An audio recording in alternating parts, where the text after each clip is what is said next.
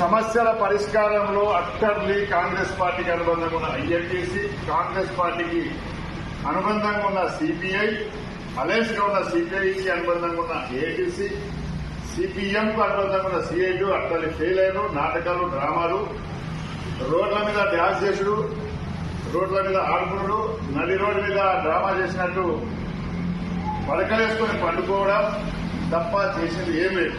కనుక పార్టీ ఆవిర్భావం అయిన తర్వాత మే 2వ వారం కానీ 3వ వారంలో బొగ్గుబాయికి బాయికి కవిత గారి నాయకత్వంలో హెచ్ఎంఎస్ అండ్ జాగృతి కలిసి బాయి బాట పెట్టి సమస్యల పరిష్కారం కోసం సమ్మె తప్ప మార్గం లేదని మేము భావిస్తున్నాం.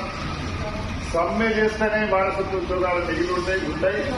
వీఆర్ బాట పునరుద్ధరణ అవుతుంది, కొత్త బావులు వస్తాయి, హౌసింగ్ స్కీమ్ వస్తుంది అని గట్టి నమ్మకంతో ఉన్నాం. కనుక కవిత గారికి ఆవిర్భావం తెచ్చే పార్టీని మనం అందరం కలిసి ఉండాలి. అందరం కలిసికట్టుగా అక్కడ పోయి ఆమెకు మద్దతు ఇచ్చి పార్టీ ఆవిర్భావం రోజు అందరం కదిలిపోదాం.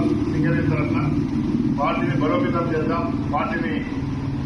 కొత్త పార్టీని మద్దతు ఇచ్చి మన సమస్యలు పరిష్కారం చేద్దామనే ఉద్దేశంతో ఇవాళ పోస్టర్ రిలీజ్ అయింది. 25వ తారీఖు నాడు అందరూ 24 నైట్ లో అందరూ ఇక్కడ నుండి బయలుదేరాల్సి వస్తుంది. బయలుదేరదాం. పార్టీ ఆవిర్భవించిన తర్వాత సమస్యల మీద పోరాటం అని హెచ్ఎంఎస్ గట్టిగా నమ్మకం.